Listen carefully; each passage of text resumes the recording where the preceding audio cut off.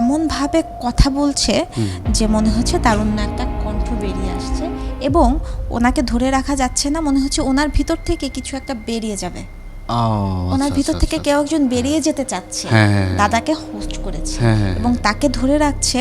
উনি খুব কষ্ট পাচ্ছে, শারীরিকভাবে অনেক কষ্ট পাচ্ছে, এবং মনে হচ্ছে চোখ দিয়ে বেরিয়ে যাবে, মুখ দিয়ে বেরিয়ে যাবে, বুক ফেটে বেরিয়ে যাবে।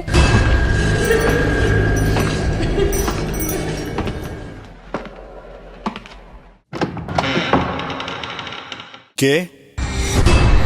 অমানিশা।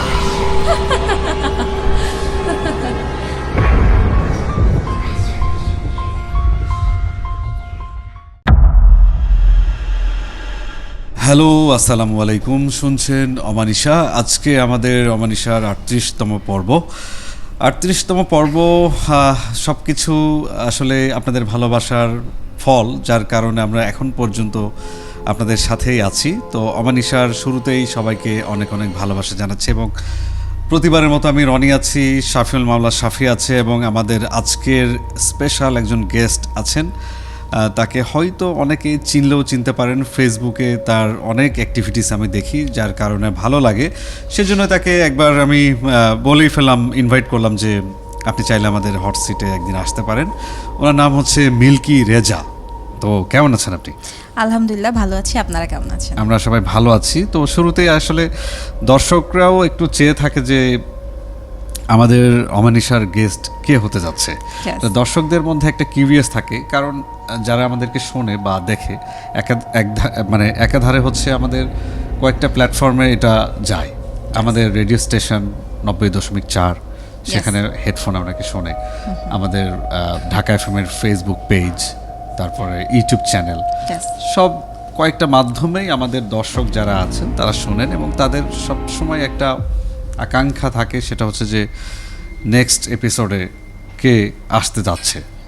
তো আজকে আমাদের সাথে এই অসম্ভব রকমের সুন্দর একজন মানুষ আছেন, আমরা যাকে ভূত বলি।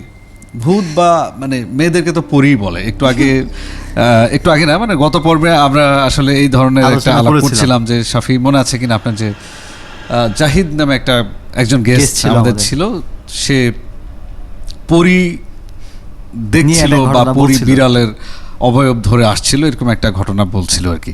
তো যাক, আজকে আমাদের মানে আমার আর শাফির খুব একটা বলার কিছু নাই, বিশেষ করে আপনাকে ইনভাইট করা হয়েছে। আমরা চাইছি যে আপনার কাছ থেকে ভয়ানক বা লোমহর্ষক বা প্যারানর্মাল কিছু ঘটনা শুনতে চাই। শুরু করি তাহলে। মানে আমি শেয়ার করব যে ঘটনাগুলো, এগুলো আমি ডাইরেক্ট এক্সপেরিয়েন্স করেছি। আমার এরকম কয়েকটা এক্সপেরিয়েন্স আছে, তবে হয় কি যে খুব বেশি যে এগুলোকে একটা সময় বিশ্বাস করতাম তা নয়, কিন্তু আমি প্রত্যেকটা জিনিস যখন আমার সাথে ঘটে, আমি ওটাকে বিভিন্নভাবে তার একটা ব্যাখ্যা খোঁজার চেষ্টা করেছি। ব্যাখ্যাগুলো যে সবসময় মেলাতে পেরেছি তা না। অনেক সময় আমি নর্মালাইজ করতে পারিনি জিনিসটা। যখন নর্মালাইজ করতে পারিনি, তখন আমি একটু একটু করে এইটুকু বিশ্বাস করছি যে হ্যাঁ, প্যারানর্মাল বিষয়গুলো এক্সিস্ট করে, এবং তারপরে বিভিন্ন জনের কাছে বিভিন্ন রকম ব্যাখ্যা শুনেছি, সেটাকে একটু যাচাই করেছি। তো হ্যাঁ, আমি একদমই আমার ডাইরেক্ট এক্সপিরিয়েন্স শেয়ার করব। বেশ কয়েকটা আছে, তার মাঝখানে একদম শেষ থেকে শুরু করি। যে আমি একজন মম, আমার ছেলের বয়স 4.5 বছর এখন। ওকে, এখান থেকে আমরা যাচ্ছি। আপনি একজন খুব ভালো একজন মা, এবং আপনার বাচ্চাটাকে নিয়ে গল্প বা ঘটনা বলবেন। তার আগে আমি একটু বলে নিই, দর্শক যারা আছেন, এই মুহূর্তে স্ক্রিনে একটা নাম্বার দেখতে পাচ্ছেন, হোয়াটসঅ্যাপ নাম্বার। এই নম্বরে ফোন করে বা ভয়েস দিয়ে আপনারা চাইলে আপনাদের ঘটনা আমাদেরকে পাঠাতে পারেন, বা চাইলে হট সিটে এসে বসে গল্প করতে পারেন। তো যাচ্ছি, আপনার ঘটনায় যাচ্ছি। আমার ছেলে তাজিব আল বাশার, ওর বয়স এখন 4.5 বছর। ওর ডাকনাম থিও, গ্রিক মাইথোলজি থেকে নেওয়া ডাকনাম থিও। তো থিওর বয়স যখন 18 মাস, তখন আমরা খুলনায় ছিলাম। মাঝে একটা গড, মানে মানে সব গডদের একসাথে থিওস বলা হয়, তো হচ্ছে যে সেটার সিঙ্গুলার করা। থিও যখন 18 মাস বয়সে, আমরা যখন খুলনায় ছিলাম আমাদের নিজেদের বাড়িতে একটা মসজিদ আছে, যখন আমরা মেইন রোড থেকে আমাদের বাড়ি পর্যন্ত আসি গলি হয়ে, তো একটা মসজিদ পার হয়ে আসতে হয়। মসজিদের পরেই আছে একটা বাংলো, ইঞ্জিনিয়ার্স বাংলো, মানুষজন সেখানে থাকে, কিন্তু ওই গেটের কাছটা থেকে শুরু করে দূর পর্যন্ত দেখা যায় যে বাংলোর পুরনো যে অংশটা সেটা দেখা যায়। দিনের বেলা ওখানে মানুষজন চলাচল করে, আমরা চলাচল করি, কোনো সমস্যা নেই। কিন্তু আমার একটা স্কুল ছিল, তো আমি স্কুলের কার্যক্রম শেষ করে প্রতিদিন সন্ধ্যার পরে ওই জায়গাটা যখন ক্রস করতাম একটু অন্ধকার লাগতো। তো থিওকে নিয়ে আমি এরকম ক্রস করি, আসা যাওয়া করি। তো 18 মাস আমি কখনোই কিছুই ফিল করিনি, যে মানে হয়তো বা আমি খেয়াল করিনি, অন্য মনস্ক ছিলাম। কিন্তু হঠাৎ একদিন রাত 2টা বাজে থিও ঘুম থেকে উপর হলো। উপর হয়ে সে উঠে বসলো। প্রথমে উপর হওয়াটা আমার কাছে খুব অ্যাবনর্মাল লেগেছে, অস্বাভাবিক, হ্যাঁ অনেকটাই। হ্যাঁ, উপর হয়ে উঠে বসলো। উঠে বসেই সে এমনভাবে চিৎকার করা শুরু করলো যে ও অনেক ট্রমাটাইজড, মনে হচ্ছে যে ও কোনো কিছু দেখেছে বা শুনেছে, মানে অদ্ভুতভাবে হুট করে, মানে ঘুমের মধ্যে ওর সাথে কিছু একটা হয়েছে, ভয় পেয়েও হতে পারে। হ্যাঁ, ঘুমানোর আগে সে নর্মাল ছিল, তো ঘুমের মধ্যে ওর সাথে হয়তো এমন কিছু হয়েছে, হয়তো বা কিছু স্বপ্নে দেখেছে, বা কোনো কিছু ওকে হয়তো বিরক্ত করছে, এরকম কিছু একটা ব্যাপার। যে ওই চিৎকারটা করা শুরু করার পরপরই আমরা 3 তলায় 2 তলায় ওর দাদা দাদি, আমরা কোনোভাবে ওর বাবা মা, আমরা ওকে ঠান্ডা করতে পারছি না, এবং ওর চোখের ও আমাদের দিকে দেখছে না, এবং ও আমাকে সহ্য করতে পারছে না। আচ্ছা আচ্ছা। প্রথমে আমি মনে করলাম যে ইয়েস, আমি হয়তো 1.5 বছরের বাচ্চাকে আমি কতটুকুই বা শাসন করবো, আমি তোকে কখনোই শাসন করিনি। কিন্তু হ্যাঁ, হয় না যে মায়েরা জোর করে খাওয়ায়, হতে পারে ও আমার উপরে রেগে থাকে, বাবা ওর সেফ জোন, ও বাবাকে বেশি পছন্দ করছে, ঠিক আছে, ওই সময়টা আমি ওকে আর বিরক্ত করছি না। কিন্তু ওর কান্নার মাত্রা এমন পর্যায়ে চলে যাচ্ছে, আমার মনে হচ্ছে যে বেবিরা কিন্তু 4 বছর পর্যন্ত স্ট্রোকের একটা ঝুঁকি থাকে বেবিদের, যেমন বৃদ্ধদের থাকে তেমন বেবিদের থাকে, অনেক বেশি আপসেট হলে। হ্যাঁ, এবং ওদের ব্রেইনে যখন হাইপার কোনো প্রেসার যায়, তো ওর চিৎকার এবং ওর প্রেসারের পর্যায়টা অমনই ছিল যে সাংঘাতিক রকম ব্রেইনে তার প্রেসার লাগছে, এবং তার চোখটা ছিটকে বের হচ্ছে, এতটা প্রেসার সে পাচ্ছে, মানে খুব বিমূর্ত হয়ে গেল কি বাচ্চাটা, মানে চিৎকার করছে। আচ্ছা, হ্যাঁ। তো দ্রুত আমি ওর দাদা দাদির কাছে ওকে নিয়ে গেলাম, দাদা দাদি তাকে ঠান্ডা করার চেষ্টা করলো, আমরা কোনোভাবেও মিলাতে পারছি না, কিছুই কাজ করছে না। আমরা তাড়াতাড়ি ওকে, ওই রাতের বেলা তো সরকারি হসপিটালেই যাওয়া যাবে, শিশু হসপিটাল, দুটো থেকে আধা ঘন্টা কেটে গেছে, এরকম করতে করতে আমরা রিস্ক নিব না, আমরা হসপিটালে যাব। দ্রুত আমরা সরকারি শিশু হসপিটালে গেলাম খুলনা। তো ওখানে যাওয়ার পরে ডক্টর তাকে বিভিন্নভাবে দেখে চেক আপ করে ডক্টর আসলে কোনো কিছু বুঝতে পারলেন না, কিন্তু বাচ্চা ওইভাবেই চিৎকার করছে, তার চিৎকার একদমই থামেনি, এবং সেই অনেক বেশি। তারপরে ওখান থেকে ডক্টর কানের কিছু ড্রপ দিলেন, নাকটা চেক করলেন, বিভিন্নভাবে তাকে চেক করা যায়, চেক করে কিছু হলো না। তাকে ওই রাতে একটা অটো নিয়ে সারা খুলনা আমরা ঘুরালাম, তাতেও তার চিৎকার থামেনি, র্যান্ডম চলছে রাত 2টা থেকে। এখন একটু পরেই আজান, মানে এমন কি হলো, আপনারা কি চেক করেছেন তার পুরো বডি, যে ব্যথা পেলো কিনা? হ্যাঁ, ব্যথা পেলো কিনা। ডক্টর অনেক সময় কি করে, যে এরকম বাচ্চারা এক্সেসিভ চিৎকার করলে কানটা চেক করে। তখন যেন ওর কত মাস বলেছিলেন? 1.5 বছর, 18 মাস, একদম 18 মাস যখন, তখনই। এবং 18 মাসের বাচ্চা মানে মোটামুটি সে তখন পৃথিবীকে বা তার পরিবারকে সে মোটামুটি চেনে, ওই সময়টায় এরকম অদ্ভুত চিৎকার, মানে এটা একদম অস্বাভাবিক আচরণ। কাউকে কিন্তু ও চিনছে না, নিচ্ছে না, ও কারো কথা নিচ্ছে না, এবং কারো চোখের দিকে তাকাচ্ছে না। মানে he don't feel safe to you guys? No no no, হ্যাঁ, আমার কাছে, এবং আমার কাছে একদমই সেফ ফিল করছে না, আমার কাছেই আসবে না সে। এরকম একটা সময় আমরা একটু পরে আজান দেবে, তো তো আমরা চলে আসলাম মসজিদের কাছে। এটা আমার ডিসিশন ছিল যে আমি মসজিদে ইমাম সাহেবের কাছে নিয়ে যাব, একটু দোয়া পড়ে নেওয়া হ্যাঁ যায় কিনা। ইমাম সাহেব হয়তো বা কিছু বুঝতে আপনি কি পারবেন। আন্দাজ করতে পেরেছিলেন যে এটা আসলে একটু অন্য ধর্মী সমস্যা? ওই ইমামের কাছে সময় যাওয়ার এসে, কথা কেন মনে হ্যাঁ, হলো? ওই সময় এসে যেহেতু আমি মা, আমরা হয়তো বা অনেক কিছুই বিশ্বাস করতে চাই না বা অনেক কিছু অ্যাভয়েড করে যাই, কিন্তু বাচ্চার ক্ষেত্রে এমন কোনো কোনো মা risk নেই নিতে যে চায় না, কোনো রিস্ক নিতে চায় না। বাচ্চার ক্ষেত্রে মানুষ সব কিছুই কিন্তু বিশ্বাস করতে চায় এবং সব কিছুতেই ভয় পায়। আমার এরকম ঘটনা যেহেতু আগে আমার বেবিকে নিয়ে ঘটেনি, তো আমি এ বিষয়ে চিন্তা করিনি, কিন্তু ওই দিন যখন আমার বেবিটা এভাবে চিৎকার করছে, আমার আসলে কোনো চয়েসই ছিল না।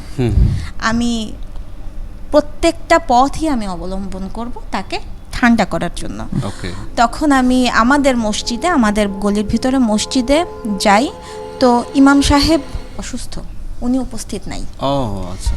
উনি হচ্ছেন যে উনি ওনার কোয়ার্টারে আছেন, কিন্তু উনি অনেক অসুস্থ। তো এই মুহূর্তে নিয়ে চলে আসলাম বাসায়, কিন্তু কোনো কাজ হয়নি এবং সারাটা খুলনা কিন্তু অটোতে করে তাকে ঘোরানো হলো। আপনারা জানেন খুলনা রূপসা ব্রিজের কথা জানেন, হ্যাঁ হ্যাঁ গিয়েছি আমরা সেখানে। ওদিকেও গেলাম, একটু ব্রিজের উপরে ওই টাইমে ওঠা যাবে না, সো ওদিকেও গেলাম, বিভিন্ন জায়গায় তাকে ঘোরানোর চেষ্টা করছি আমরা, কাজ হয়নি।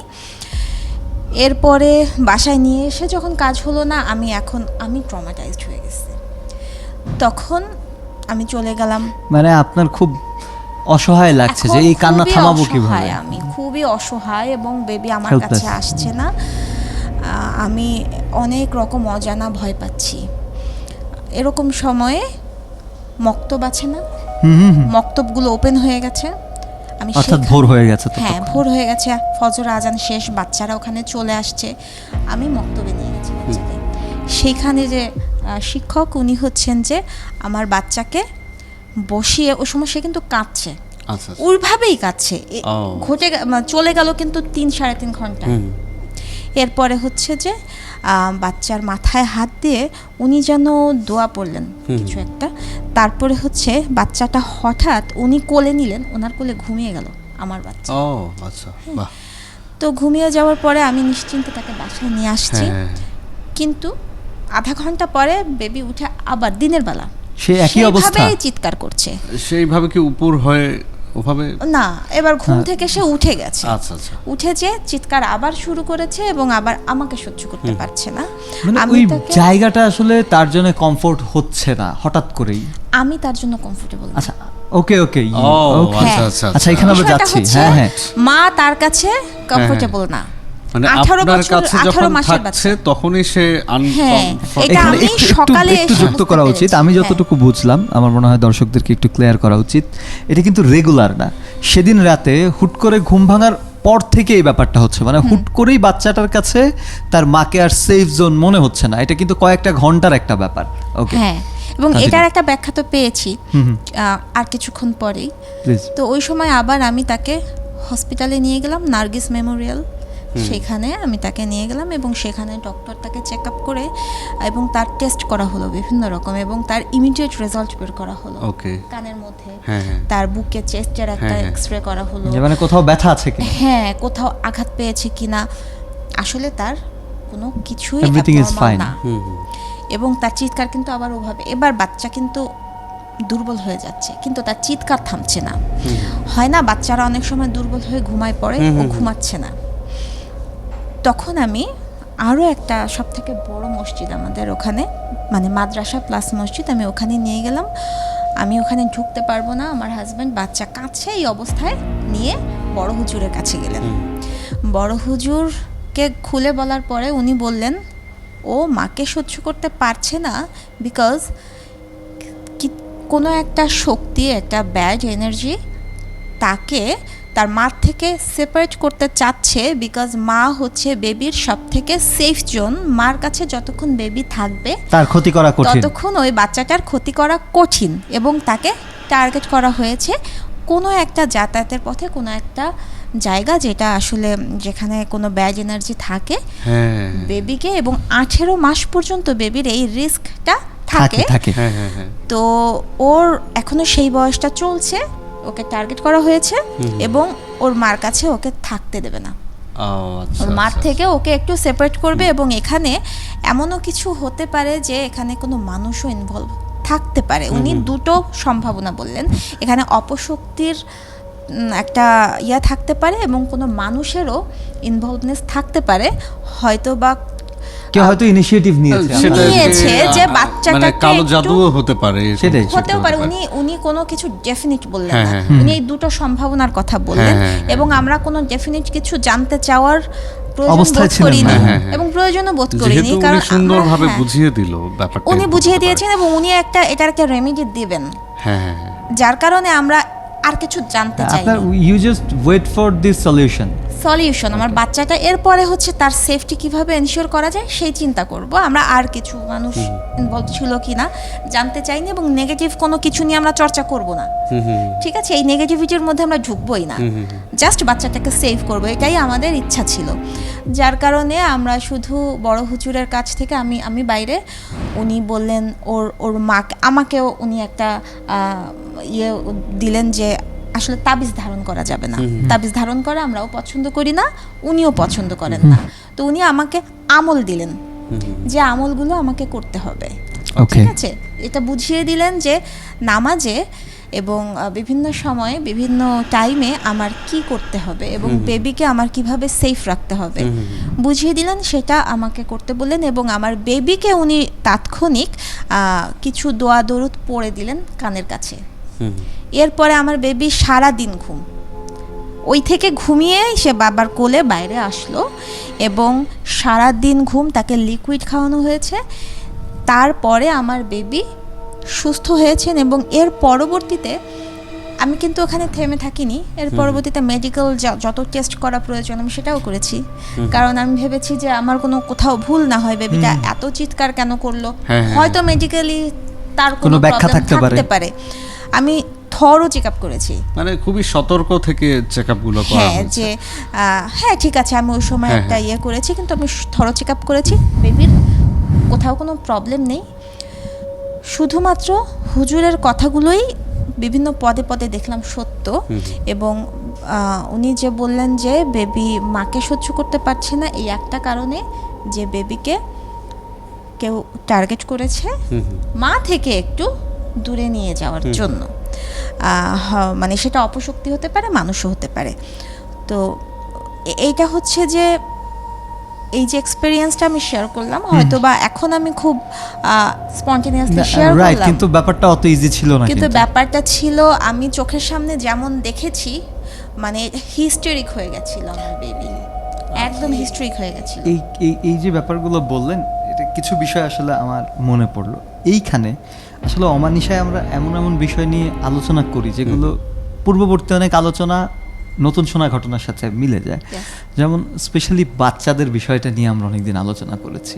হ্যাঁ, গত পর্বে একটা বিষয়, গত পর্বের আগের পর্বে বলেছিলাম প্যারানর্মাল এনার্জি, বা আমরা যাদেরকে আপনি বলেন যে যাদেরকে আমরা ডিমনিক হিসেবে কাউন্ট করি, এদেরকে স্পেশালি কোন ভিশনগুলো ক্যাচ করতে পারে যারা এটা প্রকাশ করতে পারে না। যেমন আপনি দেখবেন রাস্তায় যদি আপনি কোনো কুকুর নিয়ে যান, কোনো একটা জায়গায় গিয়ে দেখবেন এরকম হয়েছে অনেক, একটা কুকুর রাস্তার খুব শান্ত ভদ্র একটা কুকুর রাস্তার একটা জায়গায় গিয়ে সে খুব উগ্র আগ্রাসী আচরণ করছে, আপনি খবর নিয়ে দেখেন এই জায়গায় কোনো না কোনো হিস্ট্রি আছে, ব্যাড রেকর্ড আছে। আচ্ছা, এটা গেল একটা। এখন একটা বাচ্চা, সে আসলে কিন্তু সে জানে না কিভাবে এক্সপ্লোর করবে তাকে। আর একটা বিষয় আমরা বলি, আমরা আধুনিক হচ্ছি, পৃথিবী চেঞ্জ হচ্ছে, সেটা স্বাভাবিক, কিন্তু দেখবেন যে গ্রামের যারা অনেক সিনিয়র ওমেন আছে স্পেশালি, তারা কিছু ব্যাপারে কিন্তু সতর্ক করে যে বাচ্চা নিয়ে সন্ধ্যার পর বাইরে যাওয়া যাবে না। এটার কারণ হচ্ছে বাচ্চারা অনেকটা মিডিয়াম হিসেবে কাজ করে, যেহেতু ওরা কথা বলতে পারে না। একটা বাচ্চা অনেক কিছুই দেখতে পারে যেটা তার হেলথের জন্য ভালো না, হয়তো সরাসরি কোনো ক্ষতি হলো না। একটা বাচ্চা ধরেন এমন একটা সিন দেখলো, যেমন আপনি তো জানেন না সে কেন আপনাকে ভয় পাচ্ছিল, সে কি আদৌ তার মাকে দেখতে পাচ্ছিল আপনার মধ্যে, নাকি অন্য কোনো ভিজুয়ালাইজেশন তার সামনে ছিল, মানে সে কিন্তু এটা এক্সপ্লোর করতে পারবে না আপনাকে, আমার ওরকমই মনে হচ্ছিল, তাই না? অ্যাজ ইউজুয়ালি আপনাকে তো তার ভয় পাওয়ার কথা না, সে আপনার কোলে বেড়ে উঠছে একটু একটু করে, অ্যাজ ইউজুয়ালি সে আপনাকে ভয় পায়ও না, কিন্তু ওই মোমেন্টে সে কাকে দেখতে পাচ্ছিল, সে আপনাকেই দেখতে পাচ্ছিল। এখন এটা তো সে বলতে পারবে না। এই জন্য বাচ্চাদেরকে চেষ্টা করতে হয়, আমি কিছু বিষয়ে আমি সতর্ক থাকার চেষ্টা করি, ব্যক্তিগতভাবে মানে আমার পরিবারের যারা আছেন, যাদের বাচ্চা কাচ্চা আছে, যেহেতু বাচ্চাদের শেয়ার করার ক্ষমতা নেই, আমি সবসময় চেষ্টা করি যে বাচ্চাদেরকে যত বেশি একটু ইয়ে করা যায়, মানে একটু একটু বাচ্চার ক্ষেত্রে একটু কনজারভেটিভ এক্স্যাক্টলি উচিত। মনে আছে যে আগের একটা পর্বে আমি বলেছিলাম যে একটা বাচ্চার বয়স 3, 4, 5 এরকম আর কি। তো বাচ্চার বাবা মা হুট করে খেয়াল করলো, তারা ডাইনিংয়ে খাচ্ছিল আর কি, হুট করে খেয়াল করলো বাচ্চা চিল্লাচিল্লি করছে। তো দেখলো যে ড্রয়িং রুমের এক কর্নার উপরে বাচ্চাটা ঝুলছে আর কি, বাচ্চাকে মানে পিঠে কে যেন ধরে ঝুলিয়ে রেখেছে এরকম আর কি। তো এইটা আসলে কে ঝুলিয়ে রেখেছে এটা তারা কখনো দেখতে পায়নি, ইভেন বাচ্চা বলতেও পারবে না, বাচ্চা বলতে পারছে না। ইভেন ঘটনাটা তারা তো হয়তো দেখেছে ঝুলে আছে। হ্যাঁ, হ্যাঁ। আমি আমার বাচ্চাকে না বেসিক্যালি ভাইয়া, সে কোলে ছিল তার বাবার, কিন্তু আমি আমার বাচ্চাকে দেখছিলাম না। সে এই জিনিসটা এক্সপ্লেন করে, আমরা 4 জন দেখেছি, তার দাদা দাদি, আমরা বাবা মা, এই 4 জন দেখছিলাম শুধু যে এই বাচ্চাটা, এবং ভয় পাচ্ছিলাম যে তার শারীরিক কোনো ক্ষতি এখন হয়ে যাবে কিনা, সে এতটা ভয় পাচ্ছে।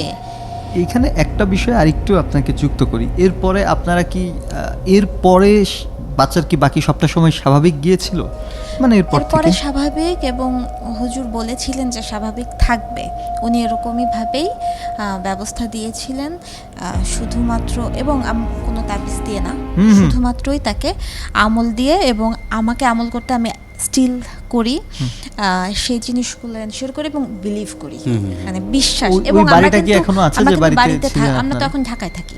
আচ্ছা, তার মানে আপনি হচ্ছে খুলনার মেয়ে? আপনি? হ্যাঁ, খুলনার। বড় হওয়া? হ্যাঁ, না, আমি বাগেরহাটের মেয়ে।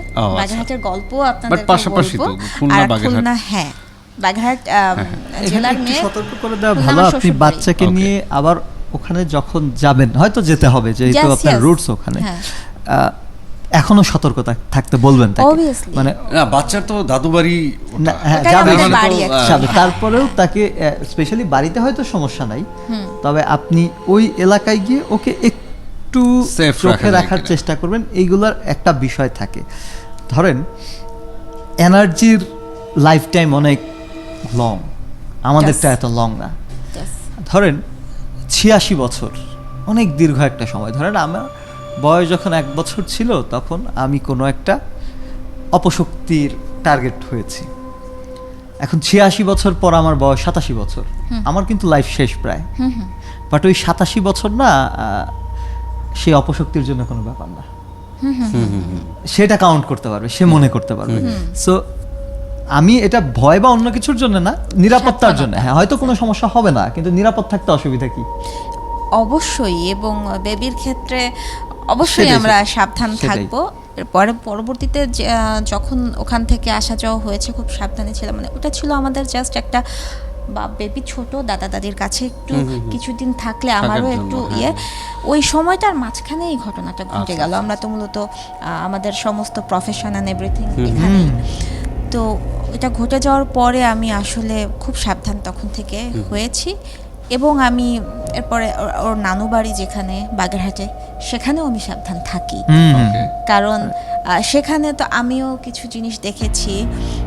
আমরা আরেকটা ঘটনা শুনি তাহলে। হ্যাঁ, মানে ডাইরেক্ট আমি যেটা দেখেছি, হয়তোবা সেটার সাথে আমার বেবির এই ঘটনারও একটা সম্পর্ক থাকতে পারে, কারণ ছোটবেলায় বলতে যখন আমি এসএসসি পরীক্ষা দিব, তার আগেই আমার আব্বু ছিলেন একটা কলেজের ভাইস প্রিন্সিপাল, তখনই উনি প্রিন্সিপাল হন। প্রিন্সিপাল হলে আমরা হচ্ছে প্রিন্সিপাল কোয়ার্টারে চলে যাই। আমাদের বাড়িও ওই এলাকাতেই, বাগেরহাটের চিতলমারিতে। তো খুব কাছাকাছি, কিন্তু আমাদের কোয়ার্টারে থাকতে হবে, বিকজ আব্বুর ওখানে থাকতে হবে। তো বাড়িতে আমাদের সব কিছুই আছে, বাড়িতে আমার ফ্যামিলি, ভাইয়া ভাবিরা থাকেন, আমি ছোট সন্তান। নিয়ার বাই অফিস হলে তো কোয়ার্টারই থাকা ভালো, তাই না? হ্যাঁ, মানে প্রিন্সিপাল যদি কোয়ার্টারে না থাকেন, নথিপত্র এভরিথিং, মানে প্রিন্সিপাল কোয়ার্টারে থাকতেই হবে প্রিন্সিপালের। তো আমি ছোট সন্তান, আমি আব্বু আম্মুর সঙ্গে থাকি প্রিন্সিপাল কোয়ার্টারে, বাড়িতে আমাদের অন্য সবাই আছে। তো আমরা 3 জনে থাকি, কিন্তু কোয়ার্টারটা এমন, এটা একটু কান্ট্রি সাইডে, মানে আমরা হচ্ছে মফস্বল সদরে আমাদের বাসা, শহরে এটা একটু কান্ট্রি সাইডে, কাছাকাছি হলেও গ্রাম। তো ওখানে ভিউটা এরকম যে অনেক বড় একটা মাঠ, কলেজের যে ইয়েটা বিল্ডিংগুলো, তার পিছনে বাগান। কি বাগান এটা, কিসের বাগান? এখানে বিভিন্ন রকম গাছপালা আছে এবং তারপরে ঘের ঘের মানে চিংড়ি মাছের চাষের। হ্যাঁ, এখানে চিংড়ি মাছ আছে এবং পাড় জুড়ে সবজি আছে। বাগেরহাটের যে চিত্রটা আপনারা হয়তো বা জানেন, এরকম যে ঘেরে পাড়ে হচ্ছে সবজি চাষ করা হয়, মাঝে হচ্ছে লেক, এখানে চিংড়ি মাছ চাষ করা হয়। কিছুটা খামার বাড়ি বা টাইপের কিছুটা। তো ওখানে কোনো বাড়ি থাকে না, ওখানে দূর দূরান্ত অনেক দূর পর্যন্ত শুধু ঘেরই আছে। দিনের বেলা মানুষজন যায়, রাতের বেলা হয়তো কেউ পাহারা দেয়। তারপরেই বাগান, তারপরেই কলেজের বিল্ডিং এবং এরপরে বিশাল মাঠ। মাঠের এটা আমি বলছি ডান দিক থেকে বাগান, আবার সামনেও একটা বাগান, আর বাঁ দিক দিয়ে বাগান, সামনেও বাগান, ডান পাশে হচ্ছে গেট।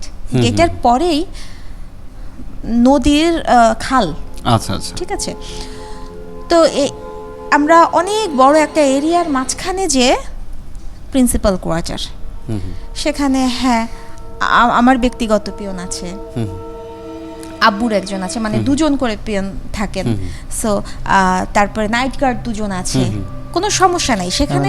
হিউম্যান রিসোর্স আপনাদের যথেষ্ট আছে, মানে একটা পুরো ইয়েটাই কমপ্লেক্সের মধ্যে আমরা সবাই কিন্তু হিউম্যান রিসোর্স আছে।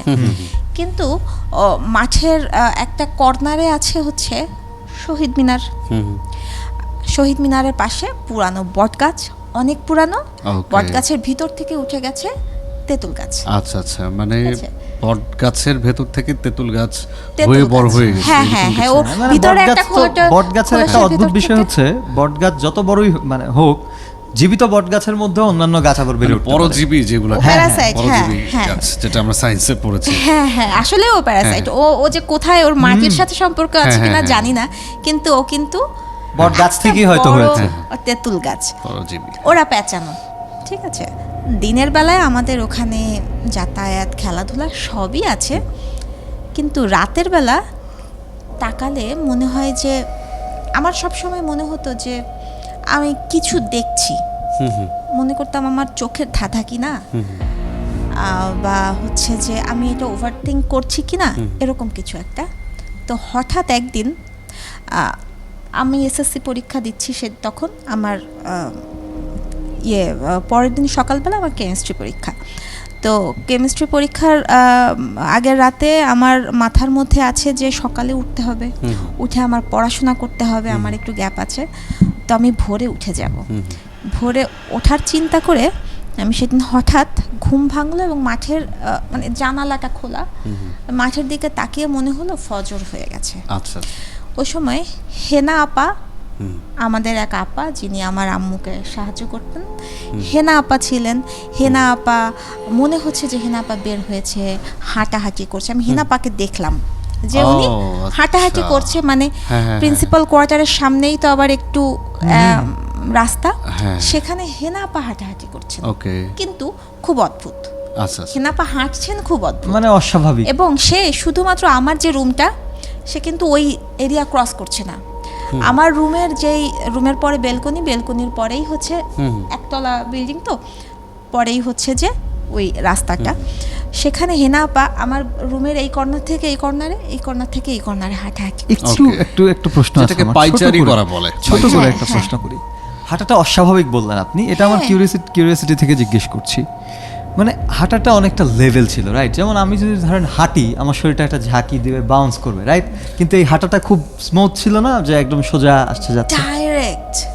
এই প্রশ্নটা আমি কেন করলাম, সোজা শির দ্বারাও সোজা, এই প্রশ্নটা আমি কেন করলাম, এটা আপনার ঘটনা শেষে আমি বলবো। আমি একটু ঘটনায় ফিরে যাই আবার। আচ্ছা আচ্ছা আচ্ছা আচ্ছা, মানে এইটা কিন্তু আমার বলতে এখন খুব লাগছে, কারণ আমি দেখছি হেনা আপা খুব অস্বাভাবিকভাবে হাঁটাচলা করছে। তখন আমার মাথায় ওটা মানে কয়েক সেকেন্ডের মধ্যে আবার আউট হয়ে গেছে, আমার পড়তে বসতে হবে। তো টাইমটা দেখবো, সাজেম ফোন ছিল, সাজেম ফোনটা নিয়ে আমি টাইমটা দেখি, তখন 2টা বাজে। যখন 2টা বাজে দেখলাম, এতক্ষণ তো আমি অনেক কিছু দেখে ফেলেছি, মাঠ দেখে ফেলেছি, ওই ইয়েটা দেখা যাচ্ছে আপনার গাছটা দেখা ঘেরের যাচ্ছে, কথা বলছিলেন। হ্যাঁ দূরে বাগান দেখা যাচ্ছে, ওই দূরে ঘের দেখা যাচ্ছে, গরম, সো এসি ছিল না, তো আমার হচ্ছে জানালা খোলা, তো আমি ওই বাগান দেখতে পাচ্ছি, এই পাশের বাগান দেখতে পাচ্ছি, এই পাশে আমি খালটা দেখতে পাচ্ছি, শহীদ মিনারের পাশে বট গাছটা দেখতে, আমি সব কিছু দেখে ফেলেছি কিন্তু, এবং সব কিছু থমথমে। তবে আমার কাছে তখন অস্বাভাবিক লাগে নাই, কারণ আমি মনে করলাম যে ফজর হয়ে গেছে। হেনাপা যেহেতু হাঁটাচলা করতেছে, হেনাপা উঠে নামাজ পড়ছে, পড়ে টোড়ে তারপরে সে হাঁটাচলা করছে, সো কোনো সমস্যা নাই। যখন ফোনটা নিলাম, যখন দেখলাম রাত জাস্ট 2টা বাজে, তখন আমার গায়ের মধ্যে একটা ঝাঁকুনি দিচ্ছে এবং আমার অদ্ভুত লাগছে। হেনা আপাতত রাত 2টায় এখানে থাকার 2টার কথা না। সময় হেনাপা কি করে? নাইট গার্ড থাকলে কথা ছিল। নাইট গার্ড এই টাইমটাতে উনি ওই পিছনের ওই কর্নারটায় থাকেন, কারণ কিছুদিন আগে চুরি হয়েছিল, আব্বুর রুমেই চুরি হয়েছিল, সো উনি থাকেন একদম ভবনের সামনে, ঠিক আছে? এই টাইমটাতে এই দিকে উনি সবসময় থাকেন না, ওনাকে দেখলে বুঝতাম যে উনিও আছেন বা উনি বাঁশি দেন, কিন্তু এখন উনি নেই। এবার তাকে দেখে হেনাপা আর হাঁটে না। তখন হেনাপাকে আমি ডাকছি, হেনাপা হেনাপা হেনাপা, হেনাপা আর কথা বলে না। তখন আমি খুব জোরে চিৎকার করলাম আব্বু বলে, কিন্তু আমার শব্দ না বের হচ্ছে না, আর আমার কোনো শব্দই বের হচ্ছে না। আমি কিন্তু সজাগ, এমন মানে না যে খুব চিৎকার করে ডাকার চেষ্টা করছেন, কিন্তু সাউন্ড রিলিজ হচ্ছে না। অলরেডি আমি ভয় পেয়ে গেছি। এর আগে আমি ভয় পাইনি, খুব সাবধান ছিলাম, মানে স্বাভাবিক ছিলাম। অলরেডি ওই টাইমে ভয় পেয়ে গেছি, এবং ওই টাইমে আমি আমার আব্বুকে ডাকছি, কিছু হলে আব্বুকেই ডাকি। আব্বুর পর্যন্ত আমার সাউন্ড আর যাচ্ছে না, এবং আমি ওই সময় খুব অসুস্থ হয়ে পড়ি, কারণ আমি হেনা আপাকে ওই রকম দেখে আমি অসুস্থ হয়ে পড়ি। এবং যেহেতু কাছাকাছি জানালা, বেলকুনি, রাস্তা খুবই কাছে, এত কাছে আমার বুঝে ফেলেছি যে এত কাছে আমার কাছে কেউ একজন ছিল যে আমাদের কেউ না, এবং তাকে আমি ডাইরেক্ট দেখতে পাচ্ছি। শাড়ির কালার তো বোঝা যাচ্ছে না, মানে আপনি একটা অস্তিত্ব টের পেয়েছেন, যে অস্তিত্ব আপনার পরিচিত। আমি একদম ডাইরেক্ট। এটা কতদিন আগে গল্প? 2010-এ আমি এসএসসি পরীক্ষা দিয়েছি। 10-এ? হ্যাঁ, তো পরীক্ষার মাঝামাঝি একটা সময় আমি এরকম দেখলাম। তো সকালেই তো আমার পরীক্ষা, তারপরে আমি ডাকছি এবং নামবো, বিছানা থেকে নামবো, যাবো, এই সাহস আর হচ্ছে না। বাবা মার রুমে যাব, বেশ কয়েক মিনিট কেটে গেল, তখন আমার সাউন্ডটা বের হলো খুব দ্রুত। আব্বু আম্মু চলে আসলো এবং তাদেরকে ওটা বলতে বলতে আমি কিন্তু কান্না করছিলাম, এবং আমি সেদিন অসুস্থ, আমার জ্বর, হঠাৎ আমার জ্বরও এসে গেল, এবং এই অবস্থায় আমি পরীক্ষা দিলাম। এবং এই জিনিসটা এখনো পর্যন্ত পরে কি এটার কোনো রহস্যের কুল কিনারা পাওয়া গেছে কিনা, যে আসলে রহস্য আব্বু আম্মু, সেই হেনা খালাকে, হেনা আপাও উঠে আসলো, মানে যখন এটা মানে উনি ঘুমাচ্ছিলেন আসলে, উনি যে 2টার সময় দেখেছে, যে সময় দেখেছে ওই সময় উনি ঘুমিয়েছিলেন। উঠে আসলো ওই সময়, উনি আসলে ওখানে ছিলই না। না না না, এইখানে আপনি একটা কি যেন আমি বলতে একটা যাচ্ছিলেন, প্রশ্ন করেছিলাম আপনাকে। এই হাঁটাটার কথা আমি কেন বিশেষ করে জিজ্ঞেস করলাম, আমার ছোট একটা অভিজ্ঞতা আছে এই ক্ষেত্রে। ছোট না, অভিজ্ঞতা খুব বড়। আমি অসুস্থ হয়ে গিয়েছিলাম, এবং আমার মনে আছে আমার জীবনে এমন অসুস্থ আমি কখনো হইনি। তো 2022-এর ঘটনা আজকে বলবো না, ঘটনা অনেক বড়, ঘটনা আমি অন্য একদিন বলবো। আমি শুধু এই হাঁটাটার প্রসঙ্গে আসি। এই ঘটনার একজন জলজান্ত সাক্ষী হলেন রনি ভাইয়ের বন্ধু, আমাদের বন্ধু এবং বড় ভাই ফারজাদ ভাই। উনি তখন আমার ফোন কলে ছিলেন। ফারজাদ জানেন যে উনি বাংলাদেশে একজন প্যারানরমাল জার্নালিস্ট। ফারজাদের ব্যাপারে একটু বলি। ফারজাদ, জানি না দেখছি কিনা, ফারজাদ হচ্ছে আমাদের এফএম মিডিয়া, মানে এই যে এফএম রেডিও, এই এফএম রেডিও মিডিয়াতে ভৌতিক ফাদার হচ্ছে রাসেল ভাই। সবাই চিনেন রাসেল ভাই। প্রথম দিকে যে সময় এফএম রেডিও খুব জনপ্রিয় ছিল, তখন রাসেল ভাই ভূত এফএম শুরু করে। তারই আমরা বংশধর আর কি, যেদিন আমরাও আসি আর কি। হ্যাঁ, তো রাসেল ভাইয়ের পর ফারজাদ হচ্ছে আমাদেরই কলিগ, আরেকটা রেডিও স্টেশনে কাজ করে, রেডিও 71-এ কাজ করে। তো ফারজাদ বেসিক্যালি ওর ধ্যান জ্ঞান সব কিছু এই প্যারানরমাল ইনভেস্টিগেশন নিয়ে। এবং ও যখন একটা হন্টেড জায়গায় যায়, তখন বুলেট প্রুফ জ্যাকেট, তারপরে হেলমেট, হাতে গ্লাভস, এইগুলাতে কি কি গার্ড Right. ই করা হয়, মানে একদম হচ্ছে ও প্যাক একদম মানে ফুল প্যাক। ও এটাকে এত সুন্দরভাবে নিয়েছে যে ওর সাথে যদি কখনো দেখা হয় বা কখনো সুযোগ হয় তখন ওর কথা শুনলে বুঝতে পারবেন। এবং এত এক্সপিরিয়েন্স, একটা ছোট্ট একটা আমি 1 মিনিটের একটা দেই, তারপরে Please, please. ঘটনা যাচ্ছি। একবার মোহাম্মদপুরে পরিত্যক্ত একটা বাড়ি আছে, সেটা বুড়িগঙ্গার একদম কোল ঘেঁষে মোহাম্মদপুরে। Yes. হ্যাঁ, এটা জায়গার নামটা ভুলে গিয়েছি এই মুহূর্তে। সেটা তো আমাকে বললো যে ঈদের স্পেশাল একটা শো করব, দোস্ত তুই রেডি থাকিস, আমি তোকে তোর বাসায় পিক করে আমি তোকে নিয়ে যাব। আমি ভাবলাম ঠিক আছে, ঈদের স্পেশাল শো যেহেতু, তো আমাকে পিক করে নিয়ে গেল। ও তো ওইরকম একদম হেলমেট টেলমেট পরে একদম মানে ভূত ধরে নিয়ে আসবে এরকম একটা অবস্থা। তো পরিত্যক্ত একটা বাসায় গিয়েছি। পরিত্যক্ত বাসায় কি কি হয়, বট পাকুরের গাছ থাকে, শেকড় ঝুলে ঝুলে পড়ছে, দোতলা বাড়ি, আর এতটা ভয়ঙ্কর, ইলেকট্রিসিটি নাই ওখানে। ওই বাড়িতে তো পরিত্যক্ত যেহেতু, ইলেকট্রিসিটি কিছুই নাই। তো ও বলল যে তুই আমার সাথে সাথে তুই পেছন থেকে লাইটটা এভাবে ধরে রাখ, আমি সামনে যাব, তুই পেছন পেছন আসবি, আর কোনো ভয় পাবি না। দোয়া পড়তে পড়তে আমার সাথে চল, আর দোয়া না জানলে আমি জোরে জোরে পড়বো, তুই আমার সাথে লিপসিং কর। তো আমি বললাম না না, দোয়া তো জানি, সমস্যা নাই। তো যখন দোতলা হচ্ছে, আমরা একটা গাছের গুড়ি কি কি দিয়ে আমরা দোতলায় উঠলাম, পরিত্যক্ত বাড়ি, নিচতলে আমরা পরে গিয়েছি। দোতলায় উঠে ও চিৎকার করে ডাকছিল, হ্যাঁ, যে তোরা কেউ থাকলে আওয়াজ দে, আমি আছি, আসছি। আচ্ছা, তখন আমার ভয় লাগছে, এই যে আমার মানে লাইভ ঘটনা তো, Direct এত তো, ভয় হ্যাঁ। লাগছে যে ওর এত দুর্দান্ত সাহস। শাফি, আমি শিওর যে আপনি পারবেন না, একদম পরিত্যক্ত Sure, বাড়ি, আসলেই কোনো sure, আমিও electricity sure. নাই, একদম অন্ধকার, কুটকুটে অন্ধকার, যেখানে লাইট ধরছি সেখানে দেয়াল ফাটা, কোথাও পানি স্যাঁতস্যাঁতে, কোথাও শেকড় বাকড়, কোথাও গাছ, কোথাও একটা মানে ভাঙাচুরা কিছু কাঁচের বোতল পড়ে আছে, হয়তো নেশা টেশা করে দুপুরবেলা, এরকম হতে পারে। তো এই রকম ঘটনার ভেতরে হুট করে একটা পরীর মতো একটা মেয়ে বের হয়ে আসলো এই বাড়ি থেকে। ওই বাড়িতেই। হ্যাঁ, দেখলেন আপনি? হ্যাঁ হ্যাঁ, আমি মানে ওইখানে খুব দেখে সুন্দর। আমি তো স্তব্ধ। ফারজাদ ও তো অনেক সাহস, তো মেয়েটা দেখি একদম ওই যে খ্রিস্টিয়ানরা হচ্ছে বিয়ের সময় যে একটা গাউন Gown পরে পরা, না, Yes. তো ওইরকম একটা গাউন পরে, মানে মাথায় একটা ব্যান্ড না কি বলে আপনারা মেয়েরা যেটা দেন আর কি, তো ওইটা হচ্ছে হীরার মতো জল জল Crown করছে, করছে, আর অপরূপ সুন্দরী একটা মেয়ে, লম্বা চওড়া। তো মেয়েটা যখন আসছে আমি তো ভয় পেয়ে গেছি। ফারজাদ আবার কথা বলা শুরু করলো, যে মেয়েটা বলছে যে আপনারা কারা, এখানে কি? তখন ফারজাদ বলছে আমরা একটা মিডিয়াতে আছি, আমরা আসলে ভৌতিক বিষয়গুলো নিয়ে একটু গবেষণা করছি, তো এখানে একটু স্টাডি করার জন্য এসেছি। তো মেয়েটা বললো যে এখান থেকে চলে যান। তো ফারজাদ বলছিল যে আমরা 5টা মিনিট সময় নেব। না না, আপনারা এখনই চলে যান। বলতে বলতে আরেকটা সেম ওই চেহারার মতো আরেকটা মেয়ে আসছে। যদি কখনো ফারজাদের সাথে না নেক্সট না, টাইম আমি দেখা হয়, আমাকে না একবার ফারজাদ হ্যাঁ। বলেছিল যে তুমি জানো না, এক বাড়িতে আমি আর রনি গিয়েছিলাম, হ্যাঁ, হ্যাঁ, এমন অভিজ্ঞতা, কিন্তু হ্যাঁ, অভিজ্ঞতাটা বলেনি, হ্যাঁ, অভিজ্ঞতাটা হ্যাঁ। আজ শুনছি। তো সেম চেহারার আরেকটা মেয়ে, সেও পরীর মতো সুন্দরী, এবং এই অন্ধকারে যে তারা দাঁড়িয়ে কথা বলছে, তাদের হাতে ছোট্ট একটা ক্যান্ডেলের মতো, আমি জানি না ওটা কি জ্বলছে, একটু কুপি বা ক্যান্ডেলের মতো কিছু একটা। মানে আপনারা শুধু বিমোহিত হয়ে দেখছেন যে এটা কিভাবে আমি তো সম্ভব। মানে ভয়, আমার হাত পা কাঁপছে, আর আমি দেখছি যে এটা কি হচ্ছে।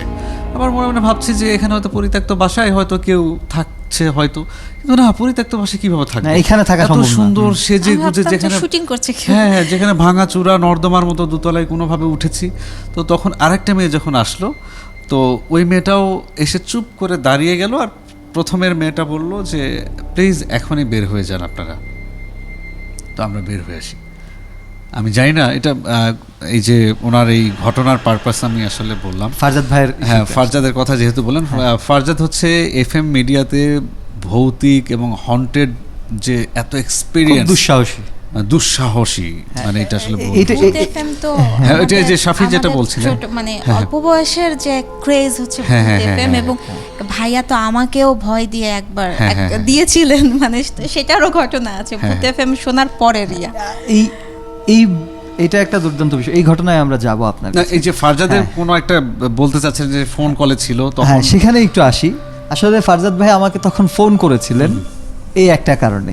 রনি ভাই তো ওনার সঙ্গে আসলে সবসময় ইনভেস্টিগেশনে যেতে চাইতেন না, ভয় পেতাম। তো একবার যেটা হলো, উনি একবার একটা সিমিটারিতে যাবেন আর কি, সিমিটারিতে ওখানে একটা 300 বছরের পুরনো, তখন ব্রিটিশ শাসন চলছিল এই উপমহাদেশে, ওখানকার একটা কবর আছে।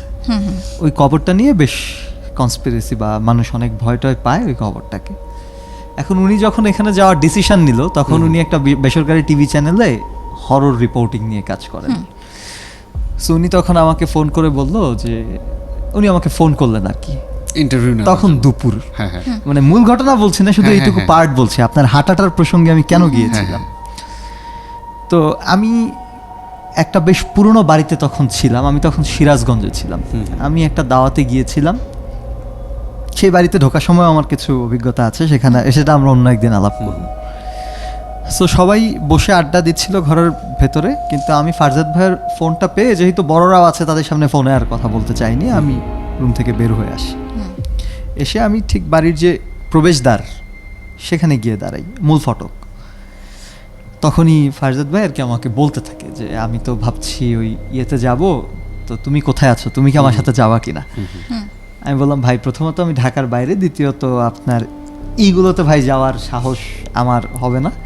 ইভেন ওনার সাথে নাকি ড্রাইভারও তখন যেতে চাচ্ছিল না, যে বেসরকারি টিভি চ্যানেলের কথা বললাম, ওই ড্রাইভারও যেতে অস্বীকৃতি জানায় এবং ক্যামেরাম্যানও যাবে না, কারণ তারা জব করে, তাদের তো লাইফ রিস্ক নেওয়ার কোনো দরকার নাই, তারা যাবে না বলে। তো উনি এই জন্য আমাকে ফোন করেন। অদ্ভুত বিষয় হচ্ছে, উনি ফোনে থাকতে থাকতে আমি কিছুটা দূর থেকে একটা মহিলা এবং একটা ছোট বাচ্চাকে হেঁটে আসতে দেখি। হেঁটে আসাটা আমি পরে বুঝতে পারছি, আমি পরে পুরো ব্যাপারটা আমি বুঝতে পারছি, কিন্তু হেঁটে আসার প্রসঙ্গটা এই কারণে জিজ্ঞেস করলাম, সাধারণ মানুষ যদি হাঁটে, হাঁটাটা বাউন্সি হয়, রাইট? আপনি একটা পা দিচ্ছেন, একটা পা তুলছেন, it's will be must be bouncy.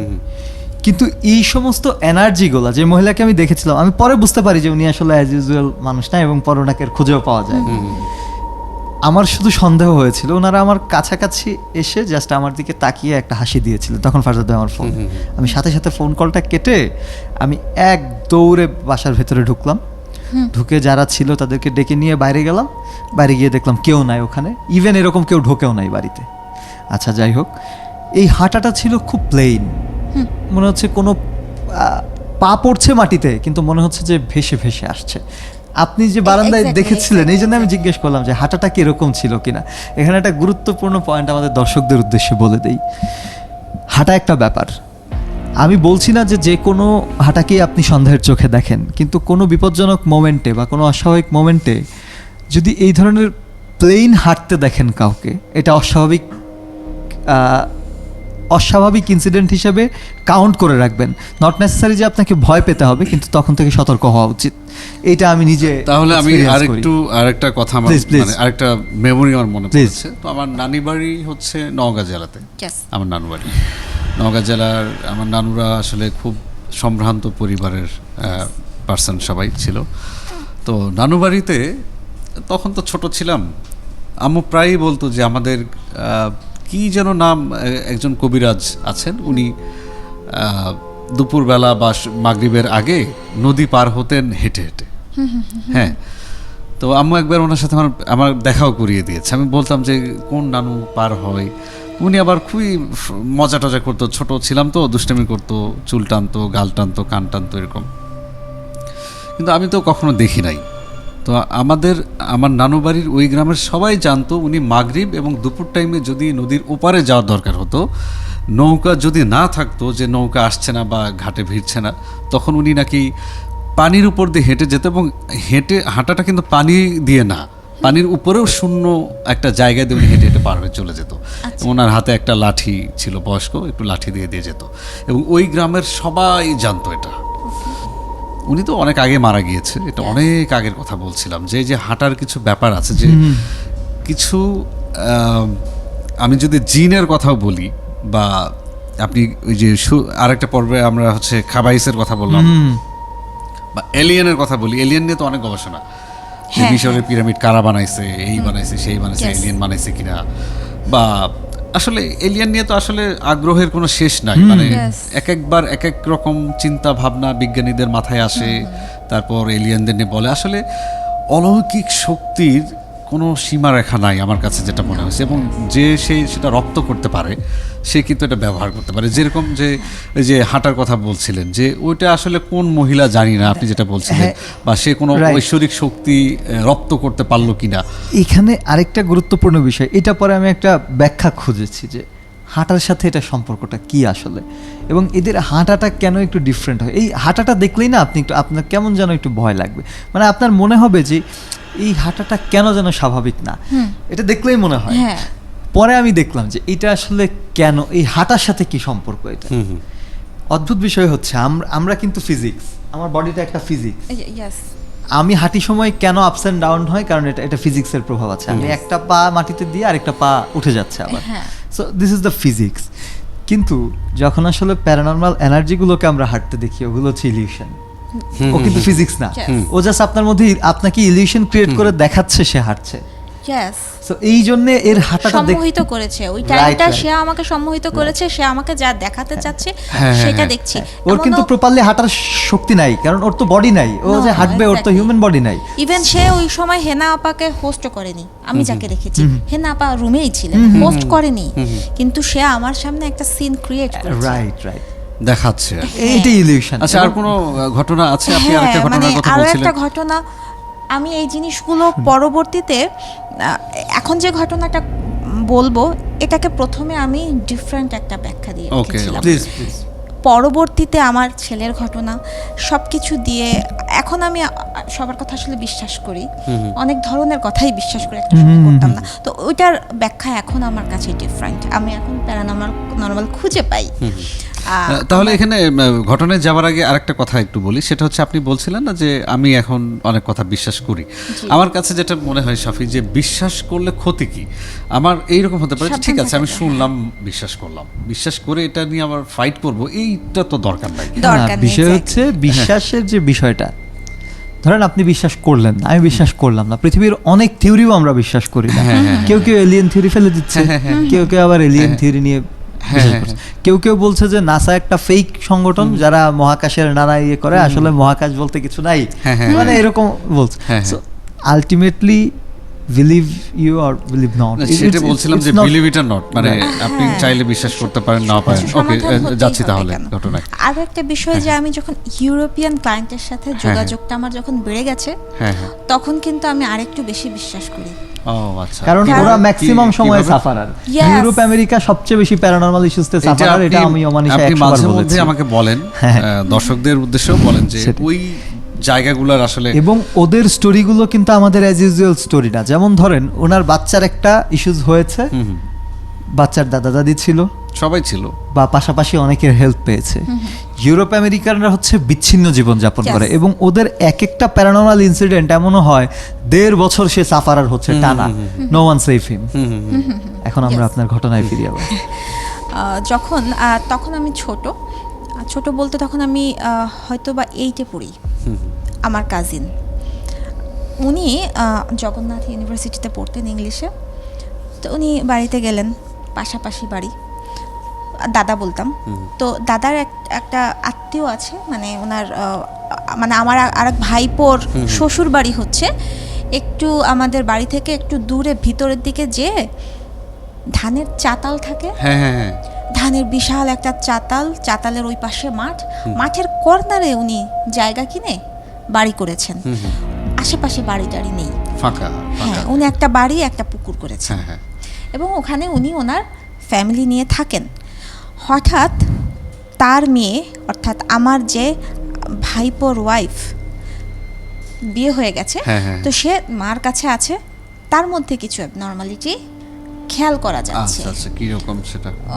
সে যেটাকে আমরা বলতাম যে হিস্টোরিক আচরণ, যে মানে তার আচরণের কোনো ব্যাখ্যা পাওয়া যাচ্ছে না, সে ডাবল স্ট্যান্ডার্ড যে ক্যারেক্টার, হুটহাট রেগে যাচ্ছে, ওটাকে কি বলে, যে দুটো কণ্ঠ দিয়ে কথা বলছে, হ্যাঁ, অনেক জোরে যখন কথা বলছে তার আরেকটা কণ্ঠ বেরিয়ে আসছে। এটার অনেক রকম ব্যাখ্যা তো আমরা দিয়ে থাকি সায়েন্টিফিক্যালি, কিন্তু সামনাসামনি দেখলে বোঝা যায় যে এটা আসলে কতটা প্যারানর্মাল। সে আচরণগুলো সে যখন করছে, তখন হচ্ছে যে আমার দাদা দেখতে গেছে তাকে। দেখে যখন ফিরে আসার সময় পুকুরের পাড় দিয়ে আসার সময় আমার দাদার মনে হচ্ছে যে তার মধ্যে কিছু ঘটলো। উনি চলে আসলেন। তো এই ঘটনাগুলো আমি শেয়ার করছি কারণ এগুলো এভরিওয়ান নোজ, এটা একদম ওপেন ঘটনা। তো আর আমাদের বাড়িটা এরকম যে সবাই সবকিছু জেনে ফেলে, তো এটা ওপেন ঘটনা। তো দাদা যখন ফিরে চলে আসলেন, বাড়িতে আসলেন, 2 দিন পরেই হঠাৎ করে দাদা অসুস্থ হয়ে পড়লেন মাঝরাতে, এবং আমার আব্বু আম্মু চলে গেলেন। তখনও আমি যাইনি। দাদা সেম আচরণ করছে। দাদা এমনভাবে কথা বলছে যে মনে হচ্ছে তার অন্য একটা কণ্ঠ বেরিয়ে আসছে, এবং ওনাকে ধরে রাখা যাচ্ছে না, মনে হচ্ছে ওনার ভিতর থেকে কিছু একটা বেরিয়ে যাবে। ওনার ভিতর থেকে কেউ একজন বেরিয়ে যেতে চাচ্ছে, দাদাকে হোস্ট করেছে এবং তাকে ধরে রাখছে। উনি খুব কষ্ট পাচ্ছে, শারীরিকভাবে অনেক কষ্ট পাচ্ছে, এবং মনে হচ্ছে চোখ দিয়ে বেরিয়ে যাবে, মুখ দিয়ে বেরিয়ে যাবে, বুক ফেটে বেরিয়ে যাবে। দাদার ব্যাপারটা ওরকম ছিল। তো ওই রাতের বেলায় নর্মালি হুজুরকে নিয়ে আসা হলো। হুজুর বললেন যে তাকে হচ্ছে যে পানি পড়া দিয়ে ছিটা দিয়ে, তারপরে হচ্ছে যে কিছু দোয়া দুরুদ পড়ে দাদাকে ঘুম পাড়ানো হলো। তো এর পরবর্তীতে দাদা আমাদের বাড়িতে আসতেও হচ্ছে 2টো ঘরের রাস্তা দিয়ে আসতো না, 2টো ঘরের মাঝখান দিয়ে উঠে একটা নারকেল গাছ, ওইটা পার হয়ে আমাদের ঘরে আসতো, আমাকে ইংরেজি পড়াতো। তো হচ্ছে ওই নারকেল গাছটায় তার পরের দিন থেকে আমি দেখছি যে সারাক্ষণ পানি পড়ছে, সারাক্ষণ পানি পড়ছে। উপর থেকে এমন হয় যে নারকেল গাছের মধ্যে পানি জমে থাকে, পানি পড়ে, কিন্তু যে বৃষ্টির সময় পানি জমে থেকেছে, পরে পানি পড়ে নারকেল গাছ কালো কালো হয়ে যায়। খুবই স্বাভাবিক। তখনও পর্যন্ত মনে হয়েছে আমার কাছে, তো তখন আব্বু এটা কি হচ্ছে আব্বু বলছে এটা এরকম পানি পড়ে অনেক নারকেল গাছে এরকম হয়, এটা কোনো ব্যাপার না। কিন্তু হুজুর পরের দিন এসে বললেন যে এই জায়গাগুলো ধরে যদি যাতায়াত করে সেখানে কোনো সমস্যা আছে, এবং আমাকে আমার কথা বললেন হুজুর, যেটা আমার কাছে তখন খুব হাস্যকর ছিল, যে এই যে মেয়েটা, ওকে সাবধানে রাখবেন, কারণ ওর যে বডি স্ট্রাকচার, ওর যে গায়ের কালার, সো ওকে একটু সাবধানে রাখতে হবে, ঠিক আছে? কারণ যখন এটা ডাইরেক্ট সবাই বলছিল জিনের একটা ব্যাপার। আপনি চুল খোলা রাখতেন ছোটবেলায়? সব সময়, মানে চুল আজীবন খোলাই রাখি। ওকে, এটাও জিজ্ঞেস করলাম কারণ এমনিতেও তো গ্রামে বা অনেক জায়গাতেই বলে যে যারা বিশেষ করে একটু সুন্দর, তাদের পেছনে এরকম অপশক্তি বা জিন বা পরীর আছর লেগে থাকতে পারে। আমি কিন্তু তুলা রাশি। ওকে, মিডিয়াম অক্টোবরের জন্ম আপনার? হ্যাঁ, পহেলা অক্টোবর। আমি তুলা রাশি, সেই জন্য বলছিলাম। আচ্ছা, তুলা রাশি এরা একটু মিডিয়াম টাইপের হয়, যে কোনো জায়গায় যদি কোনো প্যারানর্মাল এনার্জি থাকে, এটা এদেরকে আগে টাচ দেয়, সিগন্যাল দেয়। আমি এটা শুনছি আরো অনেক ছোটবেলা থেকে, মানে সাবধানে থাকতে হবে, ওর কথা বলার স্টাইল এরকম যে ওকে কেউ টার্গেট করবে, মানুষও টার্গেট করতে পারে, অপশক্তিও টার্গেট করতে পারে, তোমার সাবধানে থাকতে হবে, চোখ ঘুরে ঘুরে কথা বলবা না, এরকম অনেক কিছুই আমাকে ওই সময় মানুষ বলতো, বা যারা একটু এ ধরনের বিষয় নিয়ে চর্চা করে তারা বলতো। আমার কাছে তো হাস্যকরই লাগতো, ওই দিনও আমার কাছে খুব হাস্যকর লেগেছে যে আমাকে কেন হোস্ট করবে। কিন্তু পরবর্তীতে দেখলাম যে হ্যাঁ, আমি অনেক কিছু দেখি। পরবর্তীতে দেখলাম যে ওই নারকেল গাছের মধ্যে আমার মনে হয় যে তাকালে, আমি কিছু কিন্তু ডাইরেক্ট দেখি না, কিন্তু মনে হয় তাকালে আমার চোখের মধ্যে ধাঁধা লাগছে, আমার চোখটা আস্তে আস্তে ব্লার হয়ে যাচ্ছে, ওইখানে তাকিয়ে থাকতে ইচ্ছে করছে, এরকম কিছু একটা। আমি তখনও কিন্তু হোস্ট না। তো একদিন হঠাৎ আমার শ্বাসকষ্ট শুরু হলো, এবং আমার দাদা ওই সময় আবার অসুস্থ হয়ে পড়লো সেম টাইমে। তো আমার যখন শ্বাসকষ্ট শুরু হলো, তখন নর্মালি আমাকে যে মোনাস খাওয়ানো হলো, ঠিক আছে, ঠান্ডার জন্য বিভিন্নভাবে। তো আস্তে আস্তে করে আমি সুস্থ, কিন্তু দাদা অসুস্থ, দাদা প্রচণ্ডভাবে অসুস্থ, এরকমই কিছু হলো।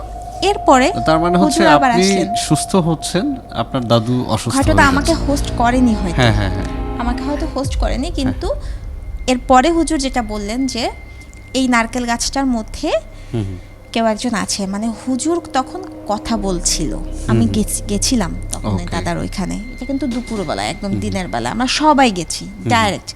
তখন আরেকজনের সাথে ওই হুজুর কথা বলছেন দাদা সেটার উত্তর দিচ্ছে দাদার কণ্ঠে। তার নাম সগির, আচ্ছা আচ্ছা, ঠিক আছে? হ্যাঁ, হ্যাঁ। সগির উনি বলছেন যে সে যে বাসাটা গিয়েছিল, যে তার যে আত্মীয়র বাসায় গিয়েছিল, ওইখানে ওরা অবস্থান করত, ওই পুকুরের মধ্যে অবস্থান করত। তো সামহাও পুকুরের মধ্যে জাল ফেলে, মানে নেট জাল দিয়ে হ্যাঁ। মাছ ধরা হয়। হ্যাঁ হ্যাঁ, তো ওরা চলাচলের সময় কেউ একজন সাপের রূপ ধারণ করেছিল, ও, আচ্ছা, এবং আচ্ছা। সে ওখানে মানে ইনজুর্ড হয়েছিল এবং মারা গেছিল একজন, আচ্ছা, তাদের একজন, যার কারণে ওরা হচ্ছে প্রতিশোধ নিতে চায়, কিন্তু টার্গেট যাকে করবে, কিন্তু দাদা একটা অকওয়ার্ড টাইম ওখান থেকে পাস করছিল, দাদাকে টার্গেট করে ফেলেছে আচ্ছা আচ্ছা, বুঝতে এবং পেরেছি। দাদার সাথে সাথে চলে আসছে এবং এসে সে অবস্থান নিয়েছে, সগির বলছে দাদার মুখ দিয়ে। এবং এই দুটো কথা কিন্তু আলাদা জায়গায় আলাদা পার্সন বলেছিল, যেটা মিলে যাচ্ছে যে আমাদের ড্রয়িং রুমের সামনে যে নারকেল গাছটা, এখানে একটু যুক্ত করি, গত এপিসোডে আমরা এই ব্যাপারে কথা বলেছিলাম যে এদের কিন্তু টার্গেটিং এ খুব প্রবলেম, হ্যাঁ হ্যাঁ হ্যাঁ, এবং এরা কিন্তু লোকেশন ট্র্যাক করতে পারে না, মানে হ্যাঁ, প্রপারলি। এই কারণে দেখেন না যে চুল এবং নখ দিয়ে ব্ল্যাক ম্যাজিক করে, কারণ রাইট পার্সনটাকে ডিটেক্ট করতে ওদের খুবই হ্যাঁ, সমস্যা হয়। হ্যাঁ। এবার ঘটনায় ফিরে যাবো। এক্স্যাক্টলি হয়তো সেরকম হবে। দাদার আসলে কোনো কানেক্টিভিটি ছিল না হ্যাঁ এটার হ্যাঁ, কিন্তু সাথে। দাদাকে ধরে ফেলছে। হ্যাঁ, তো এরপরে বলল যে আমাদের ওই নারকেল গাছটায় যেখান থেকে দাদা সবসময় চলাফেরা করে, এখন প্রতিদিন সন্ধ্যায় দাদা আমাকে পড়াতে আসে, সো ওই জায়গা থেকে সে চলাফেরা করে। নারকেল গাছে সগির থাকে, ও, কিভাবে?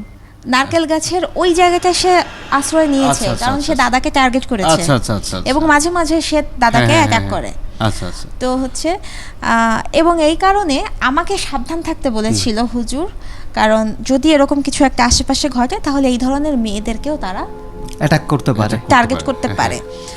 যেহেতু এবং ওই সময় ক্লাস 8-এ পড়ি, হ্যাঁ, হ্যাঁ। একটা কিশোরী, হ্যাঁ, তো এই কারণে হচ্ছে যে দেখলাম যে দাদা ওরকম কথা বলছে, এবং সগিরই আসলে হুজুরের সঙ্গে কথা বলছে যে আমি আসলে ওর সাথে ওকে আমি টার্গেট করতে চাই নাই, কিন্তু ওখানে আমরা হচ্ছে যে ওই অকওয়ার্ড টাইমে ওকে পেয়ে গেছি, ঠিক আছে, এই জন্য ওকে টার্গেট করা হয়েছিল। ওই বাড়ির যে মালিক আমাদের একজনকে মেরে ফেলেছে, ও, ঠিক আছে, আচ্ছা। তো মিস টার্গেট করেছে হ্যাঁ, দাদাকে। হ্যাঁ, তো সগির চলে যাবে, সগিরকে অনেক বোঝানো হলো, তো সগির চলে যাবে।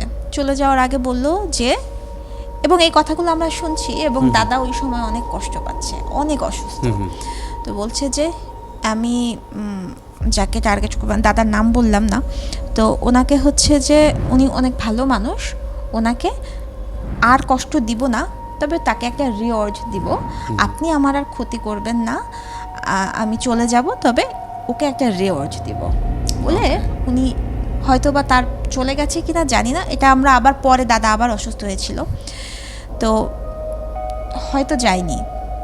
কিন্তু তার কিছুদিন পরে দাদা কখনোই ডিবি ফর্ম পূরণ করেনি। আচ্ছা আচ্ছা, হঠাৎ আমাদের বাড়িতেই, কারণ আমার আব্বু ছিলেন যেহেতু শিক্ষক, তো আমাদের পুরো বংশের কিছু হলে যদি কেউ লোকেট করতে চায় আমাদের বাড়িতে আগে আসে। ঢাকা থেকে ইনভেস্টিগেশনে আমাদের বাড়িতে গেল যে এই মানুষটা সম্পর্কে জানবো, সে কেমন, মানে ইনফরমেশন জোন হিসেবে আপনাদের বাড়িটা। ভাইস প্রিন্সিপাল না কি বলছিলেন, তখন vice সেই principal, সুবাদে তো তারপরে, তার হ্যাঁ। একটা জনশ্রুতি বা পরিচিতি আছে, হ্যাঁ, সেই হ্যাঁ, হ্যাঁ। পারপাসে হ্যাঁ, এটা হয়। তো ডাইরেক্ট উনি মানে ঢাকা থেকে ইনভেস্টিগেশনে আমাদের হ্যাঁ। বাড়িতে গেল এবং দাদার সম্পর্কে জানতে চাইলো। দাদা বললো আমি কখনো ডিবি ফর্ম পূরণ করিনি, এটা হতে পারে এজেন্সিতে আমার ডেটা গেছে, বায়োডাটা যাওয়ার পরে তারা তো পূরণ করে দেয়, সো কিন্তু এটা একটা ভাগ্যের ব্যাপার, মানে অদ্ভুতভাবে কাকতালীয়ভাবে দাদা হচ্ছেন কোয়ালিফাই করে গেলেন, এবং উনি এখন আমেরিকাতে। তো দাদা কোয়ালিফাই করে গেলেন, পরবর্তীতে আমরা ওটাকে মিলালাম যে দাদাকে হোস্ট করেছিল, তাকে একটা রিওয়ার্ড হ্যাঁ, দিয়ে তাকে গেল। একটা পুরস্কার দিয়ে যায়। হ্যাঁ, ভালো কথা। দাদা চলে গেছেন বেশ কয়েক বছর পরে, তারপরে আমিও চলে আসছি বাইরে, সব কিছু চেঞ্জড। আমাদের নারকেল গাছে আর কোনো প্রবলেম নাই, পানিও এখন পড়ে না, নারকেল গাছটা এখনও আছে। দাদা দেশে ফিরে বিয়ে করলেন, বিয়ে করার পরে নতুন বউ আমাদের বাড়িতে আসছে, আমার দাদা আবার সেমভাবে অসুস্থ হলো, ও একই রকম। তখন আচ্ছা, হচ্ছে দাদা বলতে আমার দাদা বলতে আমার কাজিন।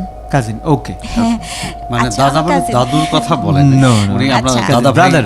ভাই হ্যাঁ, আমার যাকে ব্রাদার, বলে। বিগ ব্রাদার, ওনাকে উনি আবার অসুস্থ হয়ে গেলেন এবং তখন তাকে আসলে অনেক ট্রিটমেন্ট দিতে হলো, অনেক বড় বড় হুজুর দেখানো হলো এবং তখন হচ্ছে যে ঘর বাড়ি বন্ধ করে তারপরে ভিতরে হুজুর কিছু একটা করলেন, তারপরে হচ্ছে যে আমাদের সবাইকে সরে যেতে বলা হলো। ওয়াইফকে দাদা সহ্য করতে পারতো না, মানে ব্যাপারটা হচ্ছে এরকম যে তার সাথে যিনি ছিলেন উনি ছিলেনই, সবসময় ও, ছিলেন, আচ্ছা, উনি আচ্ছা। আসলে যায়নি কোথাও। আচ্ছা, পরবর্তীতে দাদা হোস্টই ছিলেন হ্যাঁ, এত হ্যাঁ, বছর। হ্যাঁ। পরবর্তীতে যখন বিয়ে করেছে, বিয়েটা তারা পছন্দ করে না। কোনো মেয়েকেও যদি হোস্ট করে, কোনো ছেলেকেও যদি হোস্ট করে, তারা তার বিয়ে পছন্দ করে না, তারা কোনো পার্টনারকে পছন্দ করে না। এবং আচ্ছা, যখন বিয়ে করছে তখন দাদাকে ক্ষতি করছে। এবার সে ক্ষতি করছে, আগের বার সে ক্ষতি করতে চেয়ে ক্ষতি করে নাই, এবার সে ক্ষতি করছে। মানে এবার ডিরেক্ট ক্ষতি করছে আর কি। হ্যাঁ, তো তারপরে এমন হলো যে সত্যি ঘরের মধ্যে এরকম একটা পরিবেশ ক্রিয়েট করা হলো যে জিন তাড়ানোর যে ব্যাপারটা, হ্যাঁ, সেখানে হুজুর ভিতরে কি করলেন আসলে আমি সেই ব্যাখ্যায় যাব না, অনেক কিছুই করেছিলেন এবং আমাদের সবাইকে সরে যেতে বলা হলো। এবং অদ্ভুতভাবে দেখলাম যে হঠাৎ করে ঘরের উপরে শব্দ হচ্ছে। ও আচ্ছা, ঘরের ঠিক আছে, উপরে মানে শব্দ হচ্ছে। পাশাপাশি ঘর তো আমরা তো চলে গেছি, আমাদের ঘরে চলে গেছি, কিন্তু ঘরের উপরে এমন টিন, কিন্তু কারণ আমাদের ওদিকে ম্যাক্সিমাম টিনের বাড়ি হয় গ্রামে, কিরকম যে ঘরটা বিল্ডিং কিন্তু টিন শেড আধা যেটা পাকা, উপরে টিন শেড, চালওয়ালা টিনের। চাল, হ্যাঁ, উপরে তেমন কোনো গাছ নেই, এত জোরে শব্দ হচ্ছে কিন্তু টিন কিন্তু বাঁকেনি, এত আচ্ছা, জোরে আচ্ছা। কিছু হলে টিন বেঁকে বাঁকার যাবে। কথা। কিচ্ছু হয়নি, কিন্তু অদ্ভুত অদ্ভুত রকমের শব্দ। তারপরে দাদা 2 দিন প্রায় একরকম যে কোমা টাইপের, দাদা 2 দিন তার শরীরের উপর থেকে এমন গেছে যে 2 দিন অনেক অসুস্থ। হুজুরের কৃতিত্ব যে উনি আসলে বিষয়টাকে সলভ করতে পেরেছেন। এটাকে ওই সময় পর্যন্ত আমি অন্যরকম ব্যাখ্যা দিতাম, আমি বলতাম হিস্টেরিয়ার ব্যাখ্যাটা দিয়ে দিতাম, যে হিস্টেরিয়া তো আছে একটা সময়, আমরা পড়াশোনা করেছি, এটা হচ্ছে হিস্টেরিয়ার রোগ হয়েছে দাদার একটা, ঠিক আছে, আর উনি হচ্ছে ভাওতাবাজ, আমি বলেছিলাম। পরবর্তীতে তারপরেই তো আমি এসএসসি পরীক্ষার সময় আমার ঘটনাটা ঘটে, আমি হেনাপাকে হাঁটতে দেখলাম। তারপরে আফটার ম্যারেজ আমার বাচ্চার সাথে যখন এই ঘটনাটা ঘটলো, তারপরে সব কিছুকে আমি রিলেট করতে শুরু করি এবং আমি এখন এগুলোকে একদম বিশ্বাস করি। হিস্টোরিয়ার বিষয়টা নিয়ে এখানে একটু আমি বলবো, আপনি যেটা বলছিলেন, আমার খুব কাছের একজন বন্ধু, সে অনেকটা অ্যাথেইস্ট টাইপ, এই পজেস্টের ব্যাপারটাকে সে সবসময় হিস্টোরিয়া হিসাবে আমার সঙ্গে আলাপ করতো। পরে আমি তাকে একটা ব্যাপার শেয়ার করলাম, আমি জানি না সে বিশ্বাস করেছে কিনা, সেটা বিষয় না, বাট এটা আমি জানি, সেটা আমার রুটস, আমার যেখানে গ্রাম সেখানকারই ঘটনা আর কি। একটা মহিলা, দেখেন প্রত্যেকটা মেডিকেল সায়েন্স দিয়ে যদি আপনি বিশ্লেষণ করেন, সবটার একটা রিজন থাকবে, ভ্যালিড রিজন থাকবে। একটা মহিলা, সে বাড়ির পেছনে আম গাছ আছে অনেকগুলো, সেদিকে মানুষ কম যায়, বাড়ির ময়লা আবর্জনা সেখানে ফেলে। তো উনি ভাবলো, কি মনে করে যেন উনি গিয়েছিল, হয়তো বা একটু গোছা বেজেই তো বাড়ির পেছনে হইতেই পারে, কোনো গাছ টাছ হয়তো আগাছা কাটবে, এই ধরনের একটা চিন্তা করে উনি সেখানে যায়। যাওয়ার পর 1-2 ঘন্টা ওনার কোনো খোঁজ খবর নাই, তো হয় না হয়তো কোথাও কাজ করছে, গ্রামের কেউ বা বাড়ির কেউ আর এটা লক্ষ্য করে নাই। 2 ঘন্টা হলো উনি বাড়িতে নাই, তখন খুঁজতে খুঁজতে গিয়ে দেখা গেল যে উনি আম গাছের নিচে বসে আছে দীর্ঘ সময়, এই খুব মানে কোথায় একটা তাকিয়ে উদাস হয়ে উনি বসে আছে। বাড়ির লোকজন গিয়ে ডাকছে, উনি তেমন কোনো কথাবার্তা বলছেন না। গায়ে হাত দেওয়ার পর উনি অস্বাভাবিক আচরণ শুরু করে, যেমন রেগে যায় যে এই আমাকে ধরলি কেন, মানে অদ্ভুত অদ্ভুত আচরণ। পরে ওনাকে ধরে এনে আবার বাড়ির উঠোনে বসায়, তো বুঝতে পারে, বাড়ির লোকজন তো বুঝতে পারে ঘটনা কি, তো পজেস্ট হয়েছে। অদ্ভুত বিষয় হলো ওনাকে যারা দেখতে আসছিল এবং কিছু জিজ্ঞেস করছিল সে তাদের সম্পর্কে বলে দিচ্ছিল যে তোমার বাড়িতে এই হয়েছে, তোমার ছেলে তো এখানে থাকে। তাই না? এখন আপনি যদি এটাকে রোগ হিসেবে বলেন, এই যে এক্সাক্ট ইনফরমেশন সে পাস করে দিচ্ছে, এটাকে আপনি হিস্টোরি হিসেবে কিভাবে হ্যাঁ, আমাকে exactly, বলেন। exactly. আমি মেনে নিলাম যে ঠিক আছে, মানুষের অনেক সময় অনেক মোড তবে, চেঞ্জ হতে পারে। শাফি, এখানে আমি একটা বিষয় খেয়াল করলাম যে ধরেন আপনি আপনার ফ্যামিলি বা আপনার গ্রামের বাড়ি নিয়েও কিন্তু প্যারানরমাল এই ধরনের অনেকবার অনেক কিছু আমাদের বলেছে। তো ওনার বিষয়টা আমার কাছে কিছুটা ওরকম লাগছে যে এই যে ওনার দাদার কথা বলছিল বা সেই খামার বাড়ির গল্পটা বলছিল এবং হচ্ছে ওনার বাচ্চাটার কথা বলছিল, মানে উনি তো শুরুর দিকে একটু বিলিভ করতে চাইতো না যে এগুলো ভাওতাবাজি বা কিছু একটা। তা আমার মনে হয়েছে যে ওনারা ফ্যামিলিগত ভাবেই ওই যারা ফলো করার ব্যাপার আছে না, যে একটা সময় বিলিভ করানোর জন্য ওরা ট্রাই করেছে, করতে পারে। এরকম একটা ব্যাপার হতে পারে যে আচ্ছা, এখন উনি কোথায় আছেন আপনার সেই দাদা? দাদা এখনো আমেরিকাতে, মানে উনি তো মাঝে এসে এই আচ্ছা, ঘটনা, তারপর এখন চলে গেছেন। এখন ভালো আছে কিনা? খুবই ভালো আছেন, ফ্যামিলি নিয়ে উনি ওখানে ভীষণভাবে সেটেলড। তো লাইফে উনি শাইন করেছেন। যাক, হ্যাঁ, এটা ওনাকে দেশে আসলেও যেন এরপর ওখানে বেশি সময়ের জন্য যেন না যায়। এখানে আমি যেটা বলছিলাম যে এইগুলো কিন্তু লং টাইম খেয়াল রাখতে হয়। ওই ঘরে থাকেন না, মানে এসে দাদা নরমালি হচ্ছে আমার চাচা চাচি দুজনেই মারা গেছেন, তো ঘরও ওখানে প্রয়োজন হয় থাকেন না, ঘরও প্রয়োজন হয় না। এটা আমি কি বললাম যে ধরেন আমাদের কাছে 10 বছর, কারণ আমাদের লাইফ টাইমটাই হয়তো 70 ইয়ার্স, কিন্তু ওর কাছে 10 বছর তো কোনো ইস্যু না। 80 বছর দেখেন, অনেক সময় এমন হয় না যে একটা জিন বা একটা পজেস হওয়ার পর মানুষ সেই 100 বছর 200 বছর আগের কথা বলে দেয়। সেখানে এমন অনেক ঘটনা আছে, শুনবেন যে একজন জিন পজেসড হওয়া একটা লোক, যে হয়তো কাউকে পুরস্কার দেওয়ার জন্য বলছে তুমি বাড়ির পেছন দিকে দেখো বা ওইখানে গিয়ে দেখো, ওখানে 200 বছর আগের একটা মাটি দিয়ে আছে, তুমি ওটা খুঁড়ে ওটা নিয়ে আসো, ওটা তো অনেক স্বর্ণ আছে। এখন এইগুলা কিভাবে হতো? কারণ 200 বছর ওর কাছে কোনো ইস্যু না, ওর কাছে মনে হচ্ছে এই তো সেদিন করে ওখানে কেউ একজন মানে এটা আমি জানি, ওর মেমোরিতে সবকিছু সুন্দরভাবে থেকে যাচ্ছে, কারণ 200 বছর ওর কাছে কোনো ব্যাপার না। তো যাক, মিল্কি, আপনার আমাদের এখানে অমানিশার হট সিটে আসার জন্য খুবই আমরা আনন্দ বোধ করছি এবং কৃতজ্ঞতা যে আপনি কষ্ট করে এসেছেন, আমাদের সাথে জয়েন করেছেন। আপনাদেরও অনেক ধন্যবাদ। আর এই যে শেয়ার করতে পারলাম, কিছু জিনিস থাকে না যে একটা সময় পরে শেয়ার করতে খুব ইচ্ছে করে, কারণ আমি এখন বিলিভ করি, সো এটাকে শেয়ার করতে পারলে হয়তো আমি যে ঘটনাগুলো বললাম এটা অনেকের সাথে এরকম ঘটনা ঘটছে। আমি কিন্তু একদম ডিফারেন্ট কিছু বলিনি, অনেকটা কমন কিছু ঘটনা বললাম, কিন্তু আমি ডাইরেক্ট দেখেছি। হয়তো বা আমার মতো যারা বিলিভার না, তারাও বিলিভ করতে শুরু করবে। না, আমার মা আমাকে একটা কথা প্রায়ই বলতো শাফি, সেটা হচ্ছে যে যারা দেখতে অনেক সুন্দর, ছেলে হোক বা মেয়ে হোক, ছেলেদেরও কিন্তু এই সমস্যাটা হয়, পরিয়ে ধরে বা কিছু একটা।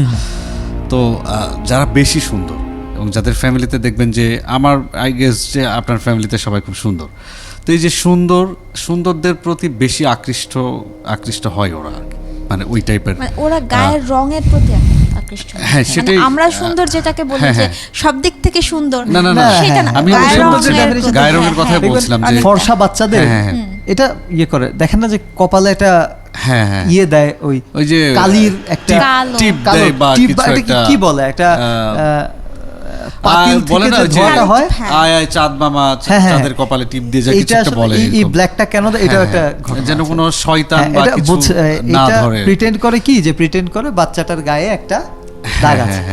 এটার একটা হিস্ট্রি আছে, কিন্তু এই হিস্ট্রিটা হচ্ছে যেন প্যারানরমাল এনার্জিগুলো কিন্তু এগুলা ডিফাইন করতে পারে না। সে যখন একটা বাচ্চার ফ্ল্যাট চেহারা দেখে তখন তার মধ্যে আকৃষ্টতা কাজ করতে পারে, কিন্তু মায়েরা এটা কপালে দিত কেন, যে না আমার বাচ্চাটার একটা সমস্যা আছে, মানুষ রাইট মানুষ তো বুঝতেই পারতো, কিন্তু এইটা আসলে প্যারানরমাল এন্টিটিগুলোর হাত থেকে বাঁচানোর জন্য বাচ্চাদেরকে এইটা একটা প্রসেস ছিল।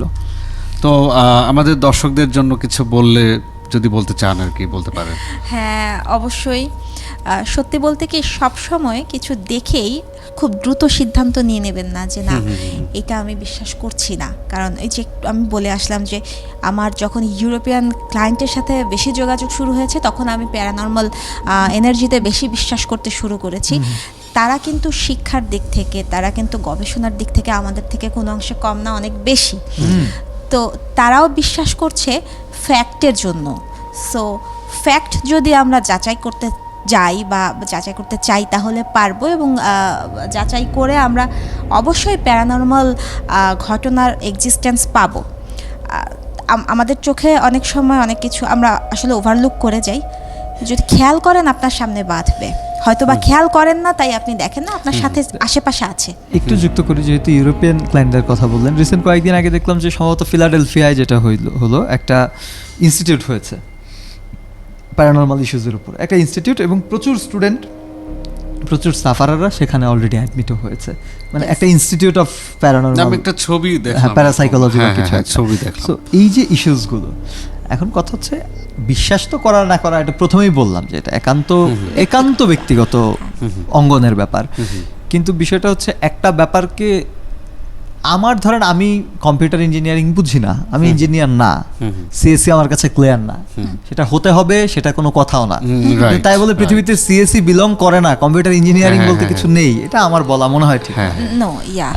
তো যাক, মিল্কি এবং শাফি, আমরা আজকে শেষ করে দিচ্ছি। দর্শক, আশা করি আগামী পর্বে আবারও আপনাদের সাথে দেখা হবে। সে পর্যন্ত সবাই ভালো থাকবেন। অমানিসার প্রত্যেকটা পর্ব যারা দেখেন যা শোনেন, সবাইকে আমাদের আত্মার ভালোবাসা জানাচ্ছি। আজকে এ পর্যন্তই। খোদা হাফেজ।